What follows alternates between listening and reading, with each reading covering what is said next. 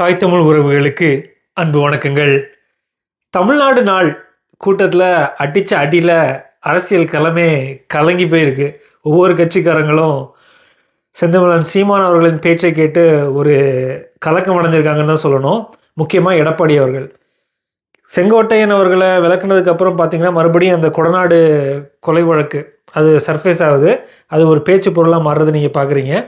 அப்போ அது ஒரு அரசியல் ஆயுதமாக எல்லாம் எடுக்க ஆரம்பிச்சிட்டாங்க களத்தில் அப்படின்னு. இதை தொடர்ச்சியாக களத்தில் பேசி வந்தது சீமான் அவர்கள் தான். யார் யார் எடப்பாடி அவர்களோட சைடு எடுக்கிறாங்களோ இல்லை அதிமுகவோட சைடு எடுக்கிறாங்களோ அவங்களே எல்லாருக்கும் ஒரு செக் வைக்கிறதுக்காக இந்த கொடநாடு கொலை வழக்கு, ஒரு தூத்துக்குடி துப்பாக்கி சூடு, இந்த எல்லாத்தையுமே தொடர்ச்சியாக களத்தில் பேசி வர்றவர் அண்ணன் சீமான் அவர்கள். இதுக்கு முக்கியமான காரணம், இதுக்கூட பொலிட்டிக்கல் ரீசன் இருக்குது. எதிர்கட்சியாக தான் இருக்குது அதிமுக, ஆளுங்கட்சியாக திமுக இருக்குது. ஆளுங்கட்சி திமுகவை பயங்கரமாக விமர்சிக்கிறாரு. அதே மாதிரி எதிர்கட்சியான அதிமுகவில் அந்த எடப்பாடி அவர்களோட லீடர்ஷிப்பை எப்படி தகர்க்கலாங்கிற ஒரு பொலிட்டிக்கல் நரேட்டிவை கடந்த 5 வருட காலமாக தொடர்ந்து செஞ்சு வர்றாரு. ஏன்னா எடப்பாடி அவர்கள் வீக்கன் ஆகிட்டே வர்றத சீமான் அவர்கள் உணர்றாரு. ஒரு தேர்ந்த அரசியல்வாதியான அண்ணன் சீமான் அவர்கள் என்ன பண்ணுறாரு, எடப்பாடி அவர்களோட லீடர்ஷிப்பை அடித்தாதான் அதிமுகவில் இனிமேல் நம்பிக்கை குறையும் மக்களுக்கு, இன்னொரு வலிமையான ஒரு தலைமையை தேடி மக்கள் நகருவாங்க அப்படிங்கிற மாதிரி அவர் கணக்கு முன்னாடியே போட்டார். இதில் இடையில குறுக்க இந்த கௌசிக் வந்தா அப்படிங்கிற மாதிரி விஜய் வந்துட்டார். விஜய் வந்த உடனே அவருக்கு ஆரம்ப கட்ட காலத்திலே தெரிஞ்சு போச்சு, இந்த இது வியாபாரத்துக்கு தான் வந்திருக்காரு, இவர் மக்கள் அரசியலுக்காக வரலன்னு அவர் முதல்ல கணிச்சிட்டார். அதுக்கப்புறம் வெளியே வந்து கூடவே இருந்த ஐயநாதன் அவரை போய் சந்திச்சுட்டு நேரில் வந்து, இல்லைங்க என்னைய எடப்பாடி சிஎம்ஐ ஒத்துக்குவாருங்க அப்படின்னு ஒரு கதையை விட்டுருக்காப்புல ஐயநாதன்ட்ட. இல்லை ஜான் ஆரோக்கியசாமி அவரை நம்ப வச்சுருக்காரு, இந்த மாதிரி உங்களை ஏற்றுப்பார் எடப்பாடி அவர்கள் சிஎம்ஐ ஏற்றுப்பார் அப்படின்னு. அந்த கதையை கேட்டுட்டு ஐயோ இவங்கெல்லாம் ஒரு கனவு உலகத்தில் வாழ்கிறாங்க, இவங்களுக்கு கூட சேர்ந்தா இவங்களை கூட முட்டு கொடுத்து நம்ம மக்கள்கிட்ட அசிங்கப்பட வேண்டியிருக்கும் கடைசியில் அப்படின்னு அவர் எகிரி குதிச்சு ஓடி வந்துட்டார் ஐயநாதன் அவர்கள். அதுக்கப்புறம் நீங்கள் தொடர்ச்சியாக பார்த்தீங்கன்னா இவங்க ஒரு க்ரைசிஸ் மோட்லேயே இருக்காங்க. சரி, அதை வந்து வெளியே ஓப்பன் பண்ண உடனேயும் கடும் அதிருப்தியில் இருந்த தாவேக்காவினர், சரி நம்ம தனியாக நிற்க தான் போகிறோம் அப்படிங்கிற மாதிரி ஒரு தோற்றத்தை கொடுத்தா தான் ஜனநாயகன் படம் ஓடும், இல்லைன்னா அந்த படமும் ஃப்ளாப் ஆயிரும் இந்த படமும் ஃப்ளாப் ஆயிருன்னு தெரிஞ்சுக்கிட்ட விஜய் அவர்கள், ஜான் அவர்கள் எல்லாரும், ஜானும் விஜயும் கிட்டத்தட்ட நான் எப்படி பார்க்குறேன் அப்படின்னா, ஜானுக்கு விஜய் மேலே ஒரு நல்ல அபிப்பிராயம் இருக்குது. ஏன்னா காசு வாங்கியிருக்காரு, அவருக்காக வேலை செய்கிறாரு, அப்படிங்கும்போது அவரை வந்து கரெக்டாக கொண்டு போகணும் அப்படிங்கிற ஒரு எண்ணம் ஜானுக்கு இருக்குது. ஆனால் மற்றபடி எல்லாரும் அவரை சுற்றி இருக்கவங்க எல்லாருமே எடப்பாடி அவர்களோட கூட்டணி போய் ஒரு சீட்டை, அவங்களுக்கு ஒரு சீட்டை செக்யூர் பண்ணிக்கணும், வெற்றி வாய்ப்புள்ள ஒரு சீட்டை செக்யூர் பண்ணிக்கிறோங்கிற ஒரு ஐடியாவில் தான் கூட இருக்கிறவங்களாம் இருக்காங்க. மக்கள் அரசியலுக்காக இவங்க யாரும் வரல, அதை முதல்ல புரிஞ்சுக்கணும். நான் முதல்ல தொடர்ந்து சொல்லி வந்துட்டுருக்கேன். இதை சொல்லும்போது பல பேருக்கு மூளை கலங்குது, என்னெல்லாமோ செய்யுது.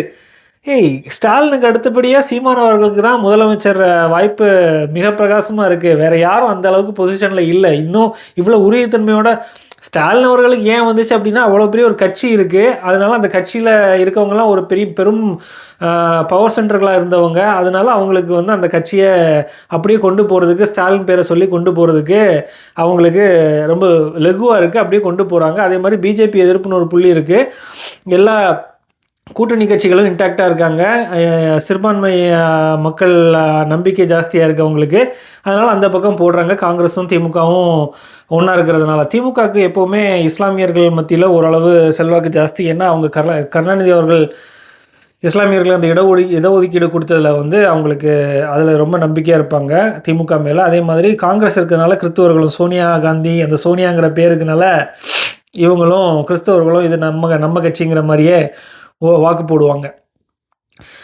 அதுக்கப்புறம் நீங்கள் பார்த்தீங்கன்னா எடப்பாடி அவர்கள் நம்புறதுக்கு இஸ்லாமிய கிறிஸ்துவ மக்கள் தயாராக இருக்க மாட்டாங்கன்றதான் நம்மளோட பார்வை.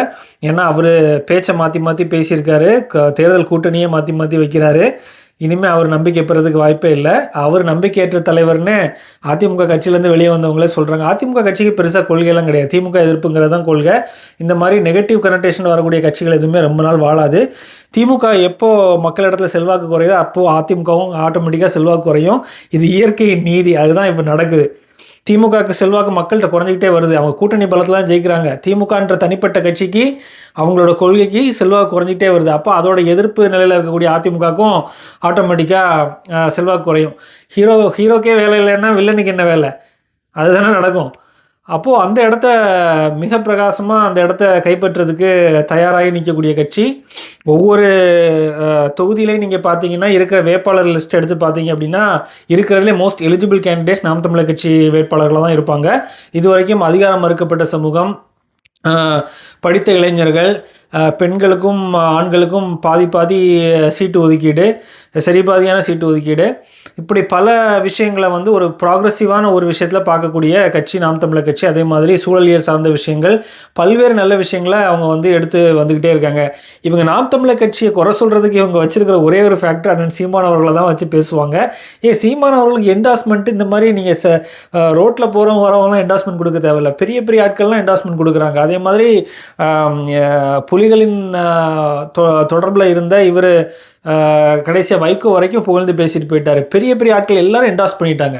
டாக்டர்ஸ்லேருந்து, வக்கீல்கள்லேருந்து, பெரிய பெரிய சினி டைரக்டர்ஸ்லேருந்து, உங்களுக்கு நார்த் இந்தியன் மீடியாவில் இருக்கக்கூடிய பெரிய ஸ்காலர்ஸ்லேருந்து எல்லாரும் நாம் தமிழர் கட்சியின் வளர்ச்சியை ரொம்ப அதிசயமாக பார்க்குறாங்க. இந்த மாதிரி ஒரு கரப்ட் சிஸ்டத்துக்குள்ளேருந்து இப்படி கேஷ் ஃபார் ஓட்டு இல்லாமல், எந்த ஒரு ஆடம்பரமும் இல்லாமல், வெறும் கொள்கையையும் மக்கள் நலனையும் பேசி ஒரு கட்சி வளர்ந்து வருது. இப்படி எந்த கட்சி வளர்ந்து வந்திருக்கு அப்படிங்கிறத ரொம்ப ஆச்சரியமாக பார்க்குறாங்க எல்லாரும்.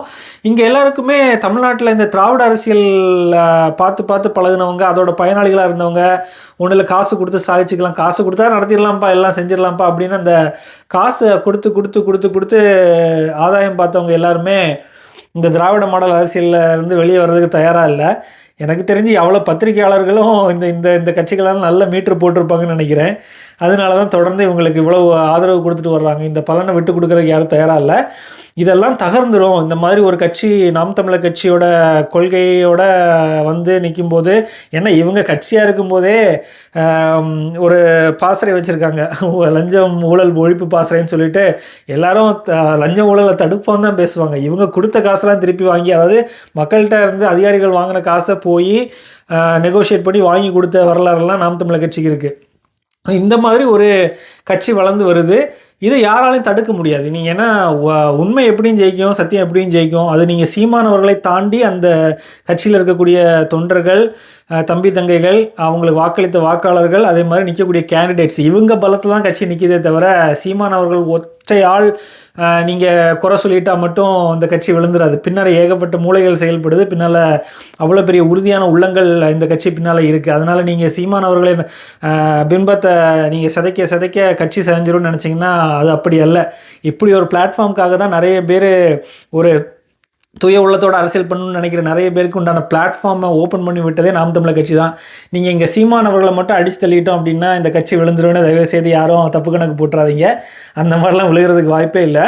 பின்னாடி பெரும் கனவு கொண்ட இளைஞர்கள்லாம் எந்திரிச்சு வந்துட்டாங்க. இந்த கட்சியில் தொடர்ச்சியாக பயணிப்பாங்க. நீங்கள் சீமானவர்கள் தோள்கள் வலிமையோடு இருக்கும்போதே ஆட்சியை பிடிக்கக்குண்டான எல்லா வேலையும் இந்த தம்பி தங்கைகள் செய்வாங்க. அது இந்த 26க்கு முன்னாடியே அந்த களம் ரொம்ப பிரகாசமாக உருவாகி வர்றதுங்கிறதா நீங்கள் இப்போ பார்க்குறீங்க. எடப்பாடி அவர்களோட லீடர்ஷிப்பை டார்னிஷ் பண்ணிடுவார். விஜய் அவர் பின்னாடி போய் நின்னாலும் உங்கள் வீட்டு அடியில் எங்கள் வீட்டு அடியில் மரண அடி விழும். தனிச்சு நின்னாலும் வாங்குன்னு வாங்கிடுவார் சீமான் அவர்கள்.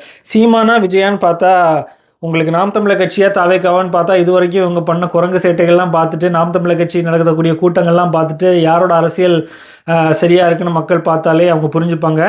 தென் மாவட்டங்களில் யாரும் இந்த மாதிரி சினிமாக்காரங்களுக்கு ஓட்டு போடுற மாதிரி இளைஞர்கள் இல்லை. எல்லாம் படித்த இளைஞர்கள் கன்னியாகுமரியில் இருக்காங்க, திருநெல்வேலியில் இருக்காங்க. எல்லா இடத்துலையும் இந்த மாதிரி தேட்டர் வாசலில் போய் 3 மணிக்கு துண்டு போட்டு படுக்கிற இளைஞர்கள்லாம் அதை விஜய் பக்கத்தில் நின்னாலும் சீமான் அண்ணன் பின்னாடி அந்த மாதிரி இளைஞர்கள் கிடையாது. வாழ்க்கையில் முன்னேறணும், சரியான பாதையில் போகணும், நேர்மையாக இருக்கணும்னு நினைக்கக்கூடிய இளைஞர்கள் பல பேர் சீமான் அவர்கள் பின்னாடி ஒன்று சேர்ந்துட்டாங்க. அதனால் அந்த சக்தியை நீங்கள் எந்த அணை போட்டு நீங்கள் தடுக்க முடியாது. அது எந்திரிச்சு வந்துக்கிட்டே தான் இருக்கும். வக்கீலானாலும் சரி, டாக்டர் ஆனாலும் சரி, அரசாங்க ஊழியர்களானாலும் சரி, ரொம்ப நேர்மையான உள்ளங்கள்லாம் இவங்க எப்படின்னா அணிவகுக்க ஆரம்பிச்சிட்டாங்க. அது போக அரசியல் களத்தில் அண்ணன் சீமான் அவர்கள் இந்த எல்லா லீடர்ஸையும் இருக்கக்கூடிய எல்லா லீடர்ஸையும் போட்டு தாறுமாறாக தாக்குவார். அவருக்கு எங்கேருந்து வாக்கு வருதுன்னு தெரியுது. யார் இந்த இடத்துல நிலைப்பாடு மாற்றிருக்காங்க அப்படின்னா என்டிஏ கூட்டணி நிலைப்பாடு மாறி இருக்கு. அதே மாதிரி அதிமுக நிலைப்பாட்டை மாற்றிருக்காங்க. இந்த 2 நிலைப்பாட்டையும் மாற்றினதுனால இந்த 2 கட்சிக்கும் வாக்களித்த மக்கள் நாம் தமிழர் கட்சியை நோக்கி திரும்புவாங்க. இந்த 26 தேர்தலில் நீங்கள் பார்க்க பெரும் வளர்ச்சி அடைய போகுது. 3 மடங்கா 4 மடங்காக வாக்குகள் உயரப்போகுது. இவர் ஒவ்வொரு மேடையிலையும் பேச பேச அடி கொளுத்தி எடுப்பார். இந்த அதிமுகவை சும்மா விட மாட்டார், திமுகவையும் சும்மா விட மாட்டார். தமிழ்நாட்டிலலாம் ஸ்டாலின் அவர்களுக்கெல்லாம் எக்கச்சக்க விமர்சனம், காட்டமான விமர்சனம். அதே மாதிரி திராவிடமாக தமிழ் தேசியமானு கொண்டு போவார், ப்ரோ தமிழாக தான் கொண்டு போவார். இதில் எந்த ஒரு சமரசமும் அவர் செய்கிறதுக்குண்டான வாய்ப்புகளே இல்லை. நீங்கள் விஜயை காட்டி பல பேர் பேரம் பேசுவாங்க. எனக்கெல்லாம் தோணுச்சு, டிடிவி தினகரன் தூக்கி உள்ளே வச்சாங்களே அதிகாரில், அதுக்கப்புறம் தான் பாஜகவை நோக்கி அவர் ஓடினார். அந்த மாதிரி விஜயையும் ஜனநாயகன் படத்துக்கு ஜனநாயகன் படம் வரைக்கும் அவர் வந்து கொஞ்சம் வண்டியை ஓட்டி பார்ப்பார்.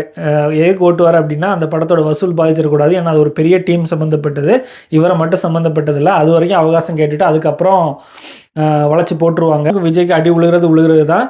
நீங்கள் நினைக்கிற மாதிரி விஜயால் பெருசாக சாதிக்கலாம் முடியாது. ஸ்டாலின் அவர்கள் திமுகவின் தலைவராக இருக்கிறது வரைக்கும் அவர் முதலமைச்சராக இருப்பார். அதுக்கு அடுத்து தான் முதலமைச்சராக அவர் எப்போ இறங்குறாரோ அப்போ முதலமைச்சராக போகிறது அண்ணன் சீமான் அவர்கள் தான். ஆட்சிக்கு வரப்போகிறது நாம் தமிழர் கட்சி. தமிழ் தேசிய கொள்கை அரியணை ஏறும் காலம் வெகு விரைவில் வரும். காத்திருங்கள், சிந்தித்து பாருங்கள், கருத்துக்களை பதிவிடுங்க. வாழ்க வளத்துடன்.